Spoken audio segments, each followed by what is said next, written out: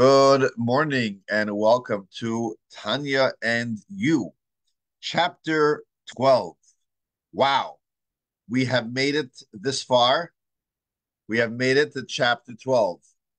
Chapter 12 is perhaps the most important chapter. The Chapter 12 is perhaps what the whole book was written for. Chapter 12 is really what chapters 1 through 11 are leading up to. Chapter 12 discusses the Benoni. That's a Hebrew word. Actually the name of the book. It's called Sefer Shal Benonim, the book of the Benoni. The Benoni is the in-betweener, someone who is in between the Rasha and the Tzaddik. And the Benoni, as we will see, we will develop this Benoni over the next few chapters. But the Benoni is someone really something that we all should strive to be. It's in our ability to be a Benoni. We all know, I used to have a teacher when sometimes we failed on a test, they would say, you got an E for effort, right? You put in the effort. We do our best. You got to know yourself. You got to know yourself. But at the same time, you can't settle for less. You got to be honest with yourself. You have to know your weaknesses, but you also have to know your strengths. You have to know your strengths, and you can't settle for less. The Tanya gives us guidance of how to tap in to these strengths that we have as Jews and as human beings, and not to settle for less. So do your part, put in the effort, but the Tanya tells us what that looks like. And it gives us guidance. He doesn't leave us out there and just say, fend for yourself. Gives us tools, gives us guidance and understanding of how we could reach this idea of a Benoni. So to better understand what a Benoni is, the in-betweener, let's just take a few short moments to recap. We've studied 11 chapters.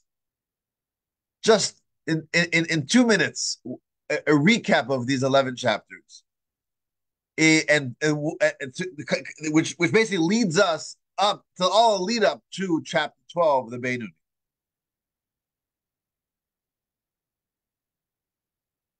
And the Benoni is going to be developed today. I think we're just going to cover about a half of chapter 12. Next time we'll do the second half of chapter 12, and then we have chapter 13 that also talks about the Benoni. You talk about chapters 14, 15, 16, 17 is really talking about how every person could be this Benoni and giving us the tools of how to reach this stage in our service to Hashem. So we started off the first chapter and to the Tanya introduced to us the concept of these two souls, the animalistic soul and the godly soul. The animal soul is looking for survival, looking for gratification. It's ego-oriented, self-oriented. The godly soul, that doesn't talk to them. Talking about survival, talking about self, that's not the language of the godly soul. The godly soul knows God, knows purpose, mission, what is needed of me, what do I need, right? That's the godly soul. We spoke about the 10 powers of the soul. The way the soul processes things are very different. The way the soul relates to things at an emotional level are very different for the two souls. What gets them excited? What do they connect with? When they wake up Thursday morning, hey, Tanya this morning, who gets excited? The godly soul gets excited. When you walk into a fun party and everyone's dancing and having a great time, there's great food.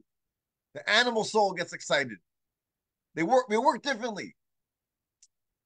We talk about the three garments of the soul, the way we express these 10 powers: thought, speech, and action.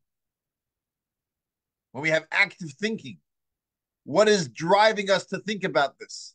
What is driving us to speak about this? What is driving us to act? We have a godly soul and we have the animal soul. And then there's a battle. There's a fierce battle over the one body. Each soul has a life to live, but one space, the body.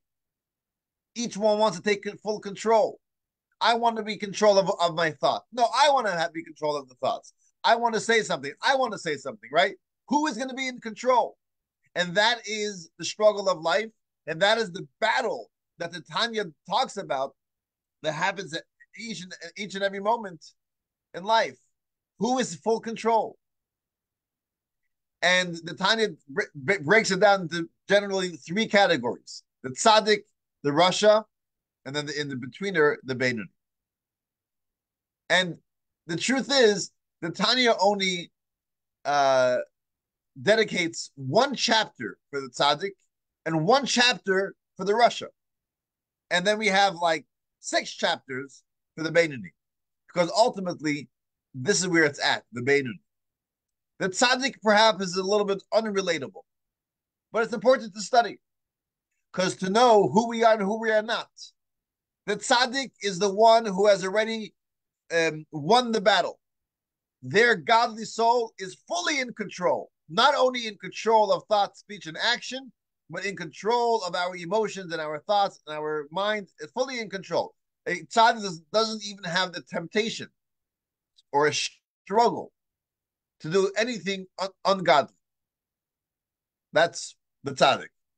Do we know a tzaddik? Maybe 1, 2 in a generation. Very not the commoner. Then we have the rasha. The rasha is someone who is still in the middle of the battle.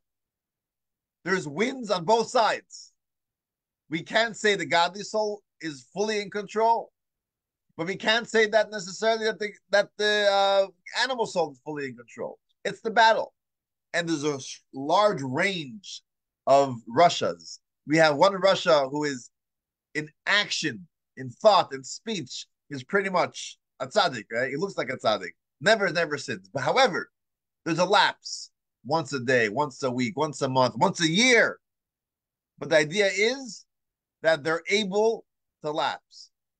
At any given moment, they know they could fail. They're on guard, but every once in a while it happens. They fail. Then there's another extreme rasha where it's a daily occurrence. We fail, we get back up. We fail, we get back up. A rasha is probably who you and I are. What's the Beinoni? What is the Beinoni? The rasha is someone who is perfect in everything, but has the struggle, and every once in a while they may fail. The tzaddik never fails. What's the Beinoni? What's the in-betweener?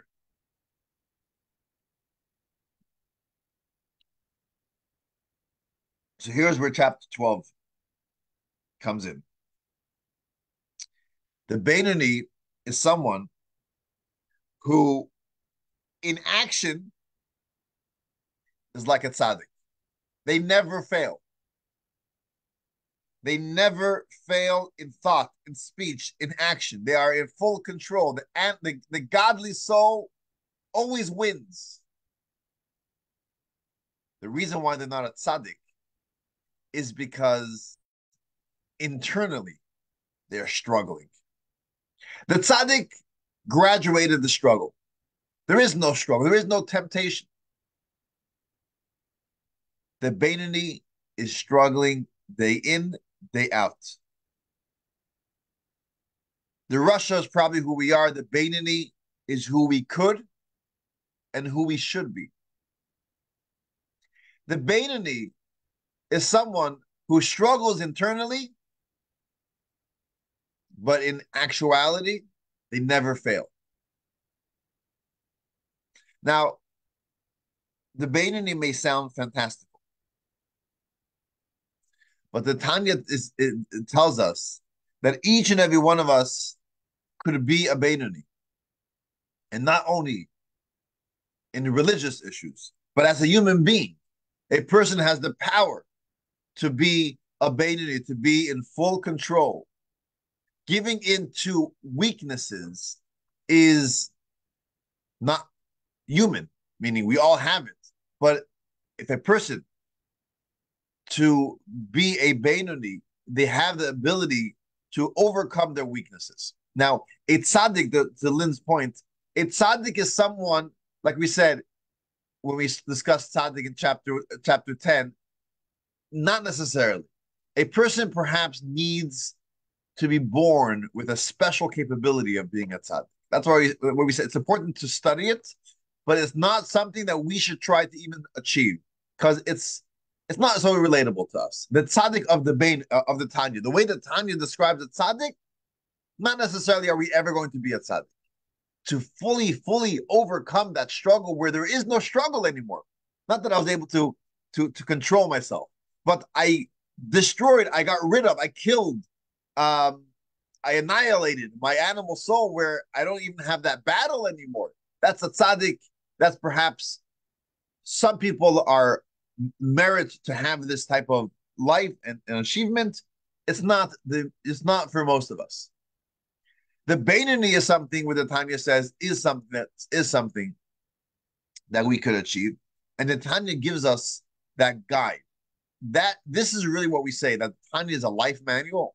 It's a life manual of how to achieve status of Beinoni. It gives us some troubleshooting. What happens when we're having a bad day? What are some of the skills that a Beinoni needs to achieve this level? So let's take a few moments.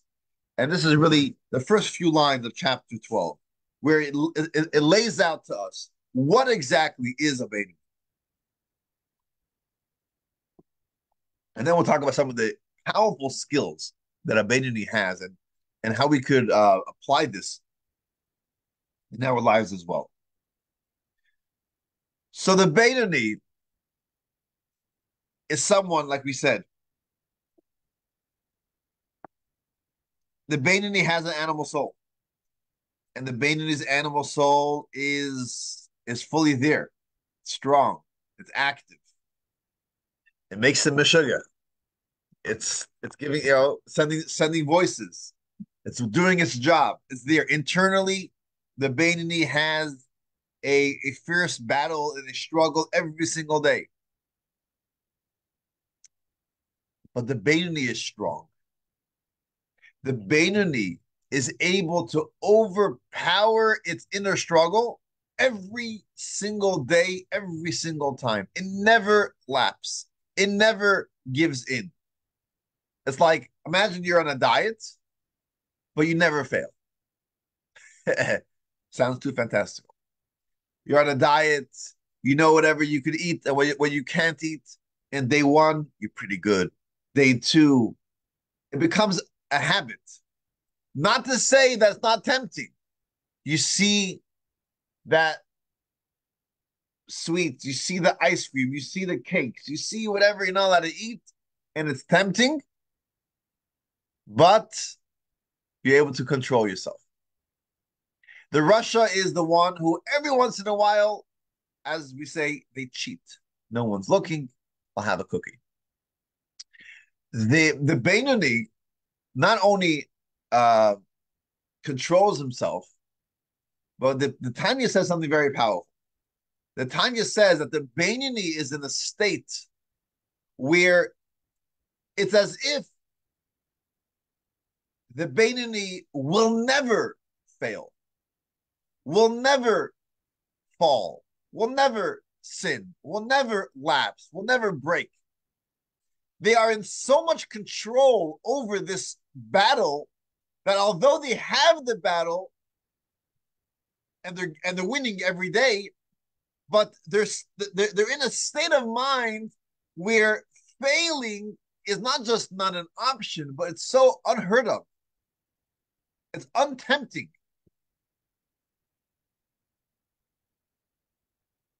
In other words, like this, we all have growth in life, right? We've been at a certain stage in life, and now we have change. So, for example, you're a young toddler, you're a young child, and you're crawling on the floor. And what are you eating? You're eating dirt off the floor, right? You have ever seen a child? They say your first child, when the pacifier, that they suck, falls on the floor, you take it, you put up a hot pot of water, you sterilize it for 20 minutes, and then you give it to them. The second child, when the pacifier falls on the floor, you open the sink, you rinse it for a second, you give it back to the baby. The third child, the pacifier falls on the floor, you put it in your mouth, and you give it back to the baby. Anyways, so the baby, a toddler is crawling on the floor and eating dirt. Okay, you try to tell the toddler it's unhealthy. They do what they do, right? Now you look back at yourself and you say, I used to do that. But today, I understand that there's healthier ways of eating, and I'm not going to do it anymore. Is that what goes through your mind? That, like, you know what? I used to do it, but I think today I graduated from that. No. Today you're like, it's not even like, hey, I'm not gonna do that. Of course I'm not gonna do that. There's no way I'm doing that. The Beinoni, although it has the struggle, it understands how this may be tempting, but they're in the state of mind where it's so like, in Yiddish is the word abgefreckt. It's so like out of out of character. I should do that. It makes no sense. I think we all may have, like, Beinoni moments in our life. We all have those red lines. We're like, this I'm never gonna. Let's give it a perhaps a more religious example. It's Yom Kippur. It's Yom Kippur. You're in shul Yom Kippur, and then you see someone walking down the street, the restaurant down the block. Someone sitting there eating lunch. On a regular day, you may say, that smells good. That's tempting. I'm a little hungry. On Yom Kippur, you're sitting in shul. You're thinking, what?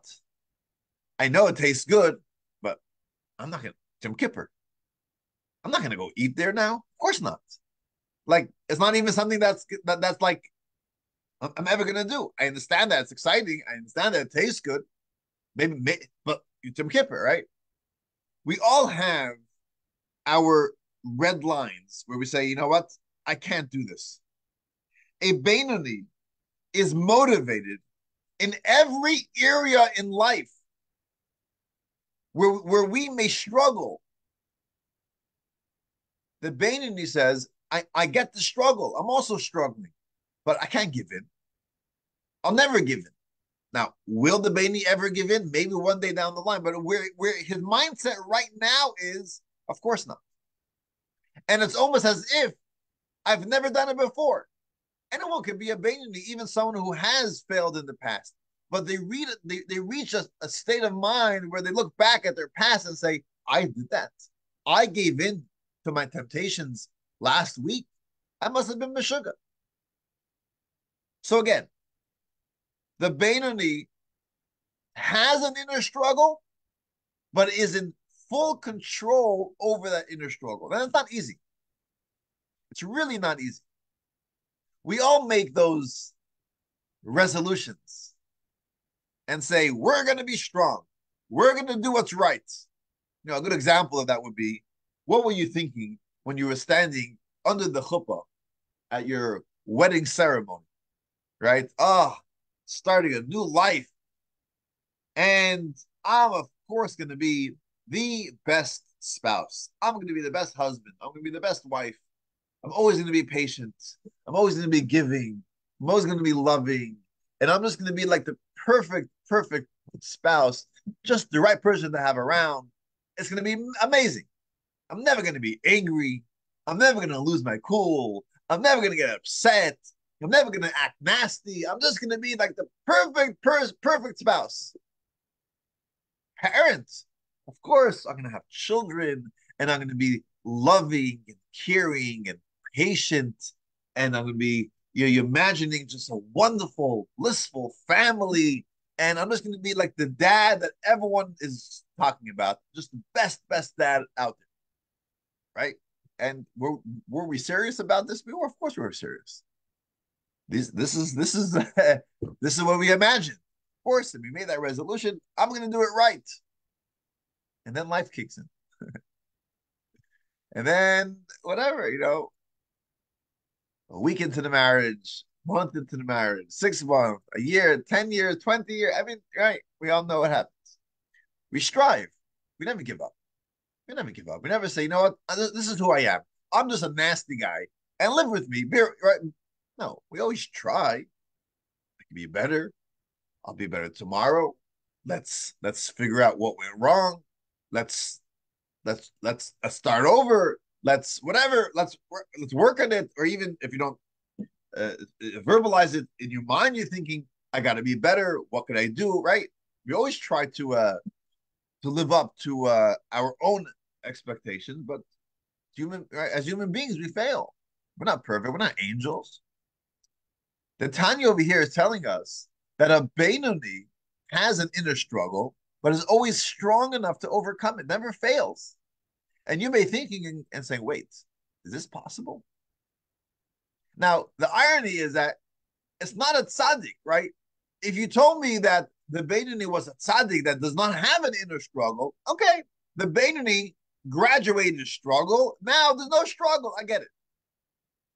But to say that the Benoni has an internal struggle, which means the animal soul is still pulling strings and telling him, be lazy, think about self, do things that feel good for yourself, don't always be altruistic. He has that inner temptations, he has that inner drive, but he's so strong, or she is so strong, that they're able to overcome it and never give in. How is that possible? And this is what the Tanya develops over the next few chapters. Amazing. And the Tanya gives us a few skills. And understanding these skills and adopting these skills in our life, I think it's amazing. It really could change our life.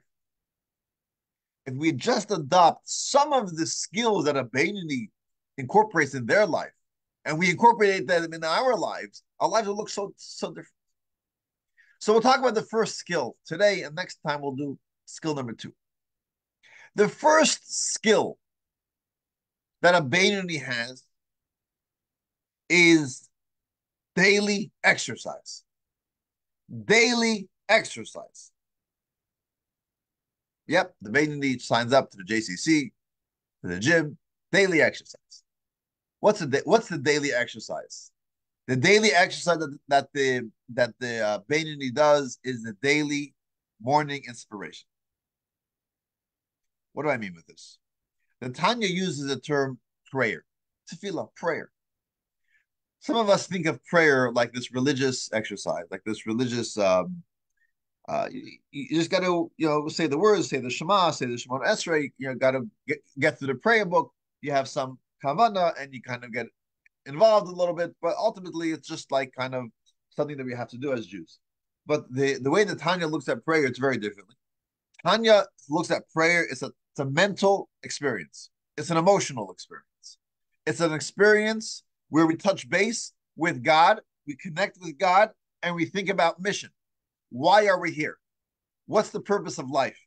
How is my day going to look after I spent a few minutes deep in contemplation and meditation during prayer? Now, it could be prayer per se, but the idea is it's a daily inspiration that the Benoni does, sometimes a few minutes, perhaps sometimes an hour or two. It doesn't take things for granted. The Benoni doesn't say, I was good yesterday, I was successful in my struggle yesterday, today will be the same. Benoni says no.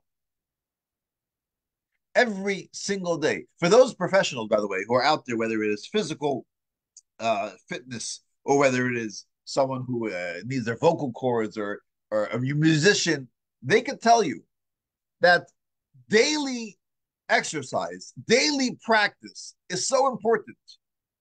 When they go by 1 day, 2 days, a week without doing their practice or their exercise, they feel it. They feel it in their voice. They feel it in their fingers. They feel it in their body. They're not the same. You have to do every single day that routine, that exercise that's needed to stay fit, to stay up, to the best. Imagine, let's go back to the marriage analogy. A marriage, you woke up in the morning, you're sitting down, you're having your morning coffee,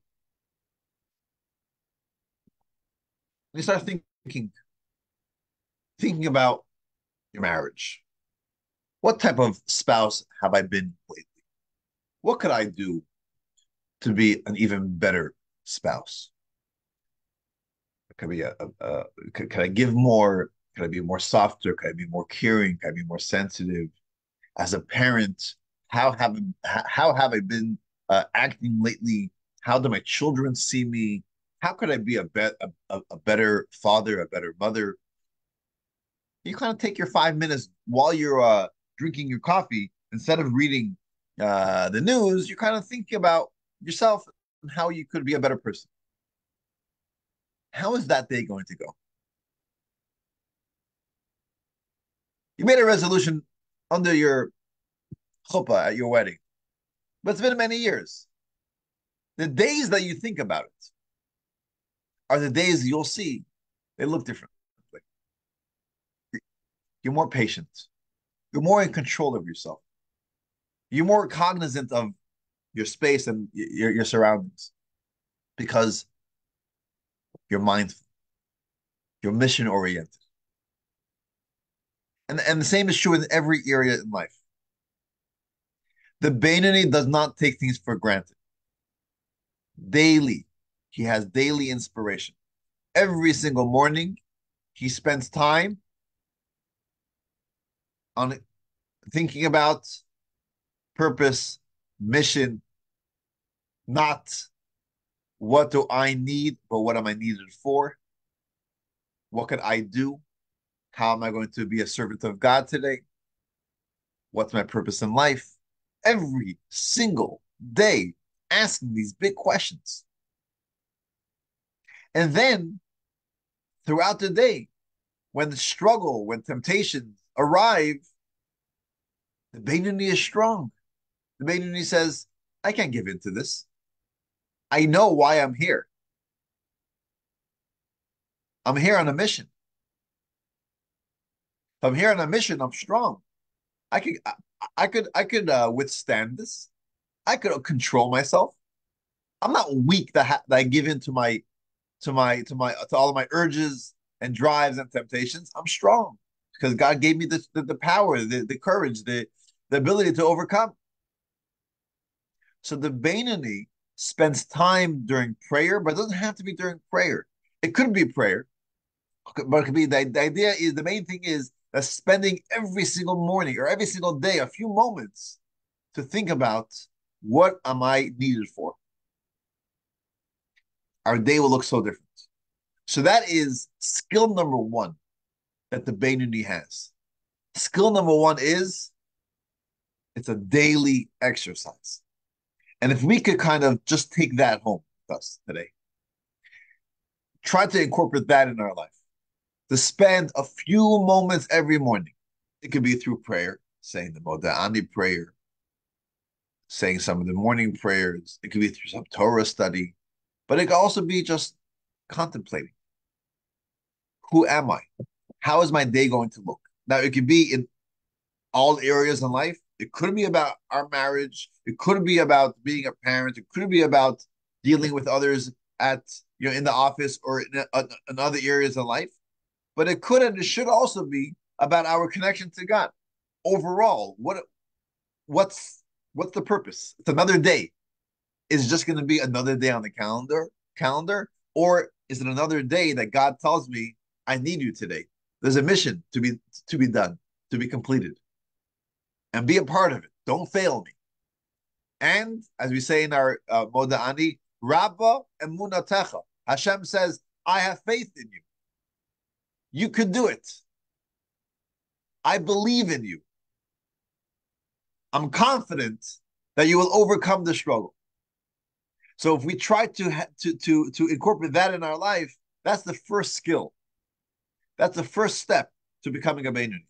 The first skill the Beinoni needs is to work on himself every single day. Because like we said, the Beinoni struggles, but the Beinoni overcomes the struggle. So that is the beginning, the first section of chapter 12, where we start to develop the idea of a Beinoni. There's so much more to talk about the Beinoni. Next time, we'll talk about the second skill a Beinoni has, the powerful skill of mind over heart. It's amazing, amazing discussion as well. And then we'll see how it develops in chapter 13, 14, 15, all the way through 17. So thank you for joining us. Good to see you all. And